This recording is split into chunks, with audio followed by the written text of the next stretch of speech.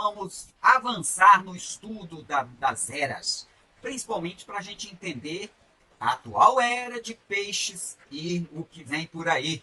Vem coisa boa por aí? Olha, toda era é complicada. Toda era. Então, para a gente entender rapidamente o sentido da era, uma era astrológica, nós temos que foi descoberto no período de Alexandria, onde houve uma efervescência tanto da astrologia como da astronomia.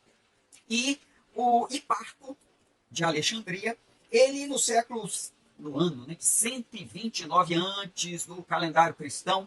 E vem cá, o pessoal contava assim, antes do calendário cristão? Não, era o ano X do imperador tal, não existia essa contagem de tempo. Essa contagem é nova, é nossa aí, do período após o século IV, mais ou menos, que começaram a pensar em construir a ideia do calendário cristão e colocaram um ano zero.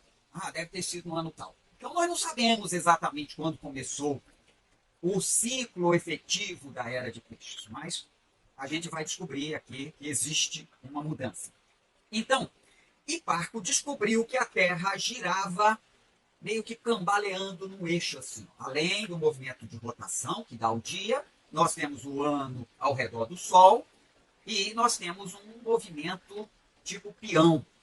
Esse movimento, o Hiparco calculou que deveria ser por volta de 2160 anos, aproximadamente, para andar 30 graus. Ou seja, atualmente são 25.770 anos o cálculo que mostra esse eixo dando uma volta completa. Quando esse eixo está aqui, eu estou vendo as estrelas desse lado aqui, num certo horário, vamos supor, meia-noite do dia 21 de março, que é o início aproximadamente da primavera para o hemisfério norte, ou seja, o equinócio da primavera para o hemisfério norte, equinócio do outono para o hemisfério sul.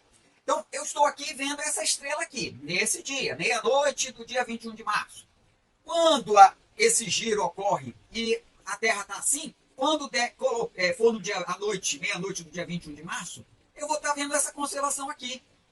Então, essa inclinação cria um movimento chamado precessão dos equinócios, que ele anda para trás, em relação ao restante do céu, vamos dizer assim, onde o movimento da Terra cria um movimento que o Sol anda para esse lado. Aí a precessão é o contrário. Ótimo, o universo precisa dessas relações de se eu vou para lá, o chão está indo para cá, tem que ter esse movimento. Então, aproximadamente, a cada 2147 anos e meio, esse movimento de peão do eixo da Terra, chamado precessão dos equinócios, anda 30 graus. Olha, se eu pego 360 graus, que é o céu, e divido por 12, eu tenho 30 graus. A astrologia, os primeiros observadores, né, que olhavam o céu querendo entender a mensagem que os deuses, né, que eram os deuses. Só no Egito é que começou o conceito de um deus único, um deus maior, que foi com Akhenaton, um faraó. E aí, nós vamos encontrar a era dando um sentido a toda a humanidade. Ora, no dia 21 de março do nosso calendário, no passado era outro. O importante é o seguinte, você pode construir na sua casa um observatório para saber quando começa a primavera, quando começa o verão, sem olhar calendário, mas sim a observação do movimento do céu. Nós temos lá em Stonehenge, por exemplo, na Inglaterra é muito famoso, monumentos de pedra que, quando o sol nasce e bate ali num buraco de uma pedra, essa pedra, a luz chega aqui nesse ponto central de outra pedra. Aí é o início da primavera, é quando o dia e a noite são do mesmo tamanho em termos de duração de tempo, que representa o equinócio da primavera.